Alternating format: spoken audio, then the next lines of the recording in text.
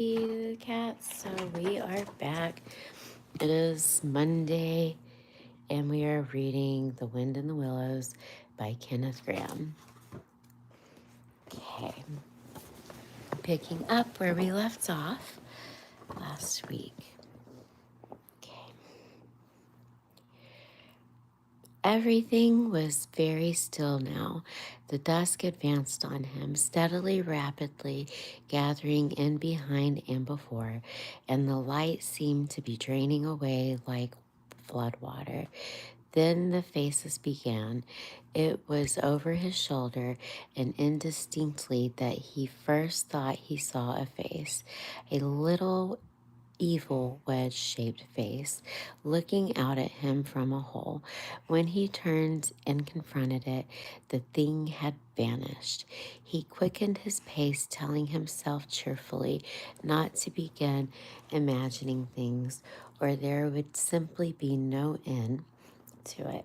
He passed another hole and another, and then, yes, no, yes, certainly, a little narrow face with hard eyes had flashed up for an instant from a hole and was gone. He hesitated, braced himself up for an effort, and strode off, and then suddenly, as if, I'm so sorry, hang on just a second. And then suddenly, as if it had been so all the time, every hole, far and near, there were hundreds of them, and then seemed rapidly all fixing on him, glancing of malice and hatred, all hard-eyed and evil and sharp. If he could only get away from the holes in the banks, he thought he would be no more, there would be no more faces. He swung off the path and plunged into the untrodden places of the wood. Then the whistling began, very faint and shrill, and far behind him. When first he heard it, but somehow it made him hurry forward. Then, still very faint and shrill, it sounded far ahead of him and made him hesitate and want to go back. As he halted in indecision, it broke out on either side and seemed to be caught up and passed on throughout the whole length of the wood to its farthest limit. There they were, up at alert and ready, evidently, whoever they were.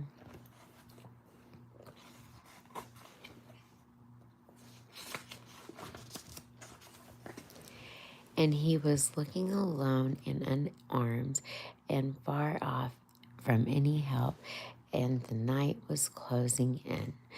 The padding started to begin, and he thought it was only leaves falling at first. So light and delicate was the sound of it. Then it grew, it took a regular rhythm, and he knew it for nothing else but the pat, pat, pat of the little feet, still very long way. Was it in front or behind? It seemed first at once, and then another, and then both. It grew and multiplied, till from every corner he listened anxiously. Leaning this way and that, it seemed to be closing in on him. As he stood still to hearken, the rabbit came running towards him through the trees. He waited, expecting to slacken pace or swerve from it into a different course. Instead, the animal almost brushed him as it dashed past. His face set and hard, his eyes staring. "Get out of this! Get out, you fool! Get out!" The mole heard him mutter as he swung round a stump and disappeared down the friendly burrow. The pattering increased till it sounded like a hail on the dry leaf carpet spread around him. The whole wood seemed running now, running hard, hunting, chasing, closing in, round or something, somebody. In panic, he began to run too. Aimlessly, he knew not whether he ran up against things or fell over things or into things. He darted under things and dodged around things and into things. He darted under things around again. At last, he took the refuge in the deep, dark hollow of an old beech tree, which offered shelter, concealment, and perhaps safety. But who could tell? Anyhow, he was too tired to run any further and could only snuggle down into the dry leaves which had drifted into the hollow and hope he was safe for the time. And as he lay there, panting and trembling and listening to the whistling of the patterings outside, he knew it at last in all its fullness that the dread thing which other little dwellers in the field hedgehog had encountered here and known as their darkest moment, that the thing which the rat vainly tried to shield him from, the terror of the wild wood. In the meantime, warm and comfortable, dozed by his fireside. His paper of half finished verses slipped from his knee. He fell back at once, his mouth open, and he wandered by the verdant banks of the dream rivers. The coals slipped, the fire cracked, sent up from the spurt of the flame, and he woke with a start. Remembering that he had been engaged upon, he reached down to the floor for his verses, pored over them for a minute, and then looked around for Mole to ask him if he knew a good rhyme for something or other. But the mole was not there. He listened for a time. The house seemed very quiet. Then he called, "Molly," several times, and receiving no answer, he got up and went into the hall. The mole's cap was missing from the accustomed peg. His galoshes were always laid by the umbrella stand were also gone. The rat left the house, carefully examined the muddy surface of ground outside, and hoping to find Mole's tracks. There they were. Sure enough, the galoshes were new, just bought for the winter, and the pimples of their soles were fresh and sharp. He could see the imprints of them in the mud, running alongside the straight, purposeful, leading direct into the wildwood. The rat looked very grave and stood in a deep thought for a minute or two. Then he re-entered the house, strapped a belt to his waist, and shoved a brace of pistols into it, took up a stout clutch, and stood on a corner of hall that set off for the world at a smart pace.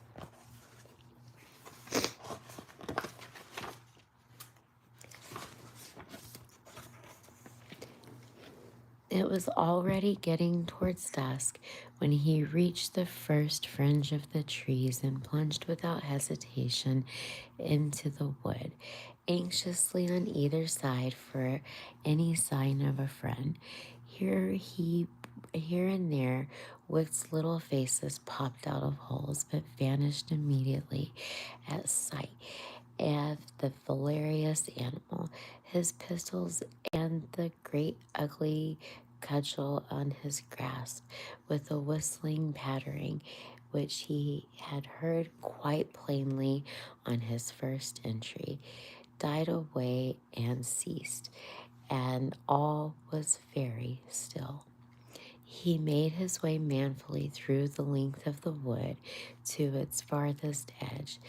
Then, forsaking all the past, he set himself to transverse, laboriously working over the whole ground and all the time calling out cheerfully, Molly, Molly, Molly, where are you? It's me, it's Old Rat. He had patiently hunted the wood for an hour or two or more when at last his joy heard a little answering cry. Guiding himself by the sound, he made his way through the gathering darkness of the foot to the old beech tree with the hole in it. And from out of the hole came a feeble little voice saying, Ratty, is that you? The rat crept into the hollow, and there he found the mole. Exhausted and trembling, "Oh, Rat," he cried, "I've been so frightened. You can't think." Oh, quite, I understand," said Rat soothingly. "You should have really have not gone and done it, Mole. I did my best to keep you from it. We river bankers, we hardly come over here by ourselves. If we have to come, we come in couples at least. Then we're generally all right. Besides, there are 100 things one has to know which understand all about, and you don't as yet. I mean, passwords and signs and sayings which have power and effect, and plants that you carry in your pocket, and verses you repeat, and dodges and tricks that you practice, a simple enough when you know them, but they've got to be all known in your small, and you'll find yourself in a great deal of trouble. Of course, if you were a badger or otter, it would be quite another matter. All right, you guys, I have the sleeping fellow. Until tomorrow, keep it crispy.